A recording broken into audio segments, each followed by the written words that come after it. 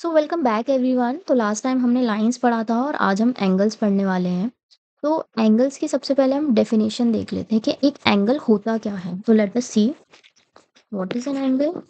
We can say it is a figure made bye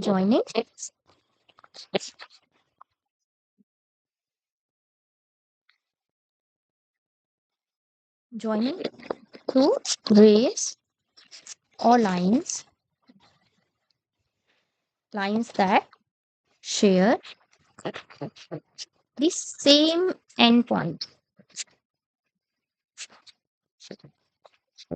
so this is the definition.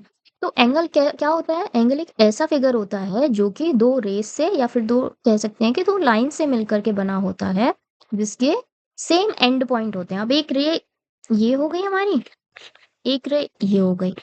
अब ये कैसे मिली होंगी? ये ऐसे ऐसे, ओके, ऐसे मिली होंगी ये। और इनका एंड पॉइंट जो वो कैसा होता है? सेम होता है। तो ये क्या फॉर्म करते हैं? एंगल। और एंगल को किससे डिनोट किया जाता है? थीटा से। तो अब हम देखने वाले हैं टाइप्स ऑफ एंगल्स, जिसमें सबसे पहला टाइप जो हम देखने वाले हैं, राइट एंगल। अब राइट एंगल क्या होता है? राइट एंगल कैसा होगा? जिसमें एक रे हमारी ऐसे एकदम सीधी जाएगी और एक रे ऐसे सीधी जा रही होगी। सो यहाँ पर जो एंगल बनेगा वो कैसा होगा? 90 डिग्री का होगा एग्जैक्टली। तो राइट एंगल कितना होता है? 90 डिग्री का होता है।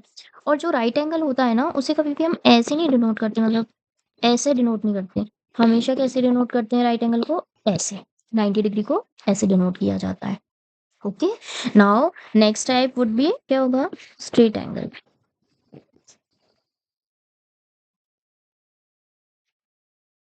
अब स्ट्रेट एंगल कैसा होता है?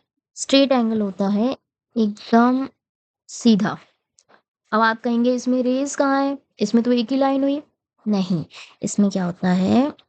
एक रे ऐसे जा रही होती है राइट साइड एंड एक रे ऐसे जा रही होती है लेफ्ट साइड। और ये कितने डिग्री का एंगल बनाती है? 180 डिग्री का एंगल बनाती है। अब इसे देखो जरा, एक स्ट्रेट लाइन है, इसमें हमने एक सीधी लाइन यानी कि परपेंडिकुलर लाइन डाल दी। परपेंडिकुलर लाइन कितने का एंगल बनाती है? 90 डिग्री का यहाँ से, 90 डिग्री का यहाँ से। तो टोटल कितना हो गया? टोटल तो हो गया ना 180 डिग्री, है ना? तो यहाँ पे कितने डिग्री का एंगल हो गया? ये स्ट्रेट एंगल 180 डिग्री का हो गया। Okay, now next is acute angle. कौन सा देखेंगे हम? Acute angle. एक्यूट एंगल कैसा होता है? एक्यूट एंगल होता है ऐसे, एक रे जाएगी और एक रे कैसे जाएगी? ऐसे जा सकती है। ओके, अब मैं आपको बताती हूँ ये कितने डिग्री का एंगल होगा। तो एक्यूट एंगल वो एंगल्स होते हैं जिनको कि कैसा बनाता है? ये देखिए, ये अगर मैं बना देती तो क्या होता? 90 डिग्री का एंगल बन जाता, है ना? तो ऐसे एंगल जो कि कैसे होते हैं? जो कि 90 डिग्री से छोटे होंगे और 0 डिग्री से बड़े होंगे।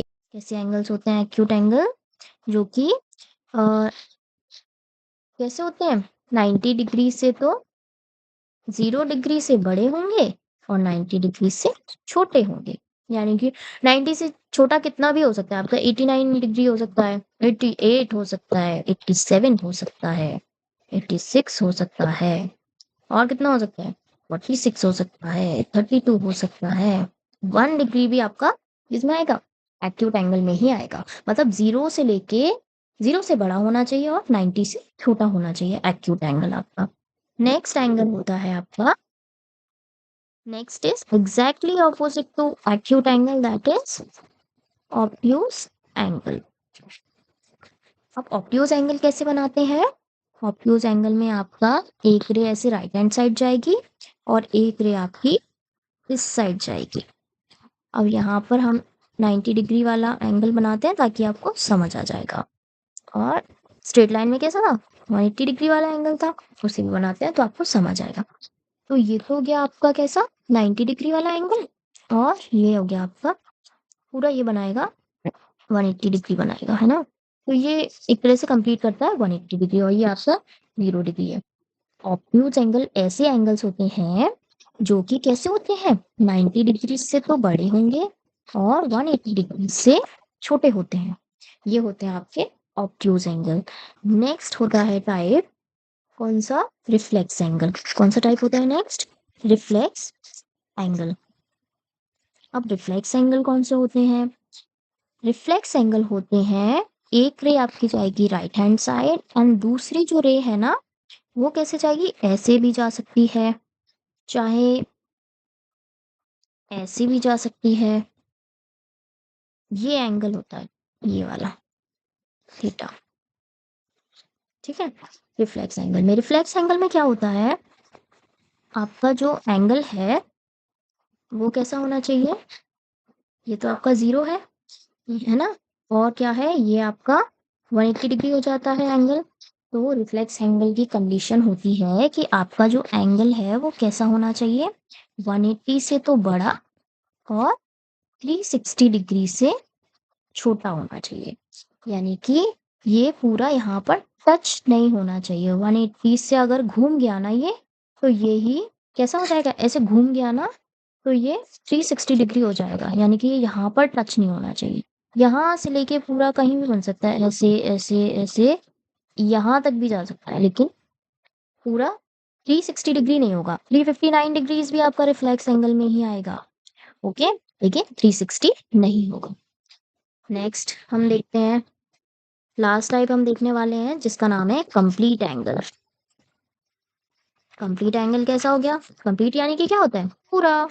अब एक ऐसा एंगल है जो कि कैसा करेगा, क्या करेगा, ये पूरा घूम जाएगा। अब आप कहोगे ये ऐसी लाइन कैसी बना दी, तो अब ये लाइन ना पता है ऐसी नहीं होगी, कंप्लीट एंगल में कैसी हो जाती है पता है, ये लाइन ऐसे, मतलब यहाँ से घूम के पूरा एंगल बना के और यहाँ पे आ जाएगी, तो कैसी हो जाएगी, एक लाइन ये हो गई आपकी और दूसरी लाइन इसी के जस्ट ऊपर आ जाएगी, तो आपका जो एंगल बनेगा वो ऐसा बनेगा, और इसको क्या कहते हैं, 360 डिग्री एंगल हो जाएगा ये आपका।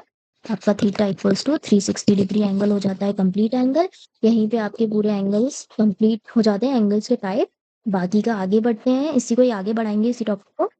ओके, सो आई होप आपको समझ आया होगा, बाकी का नेक्स्ट वीडियो में। सो बाय बाय।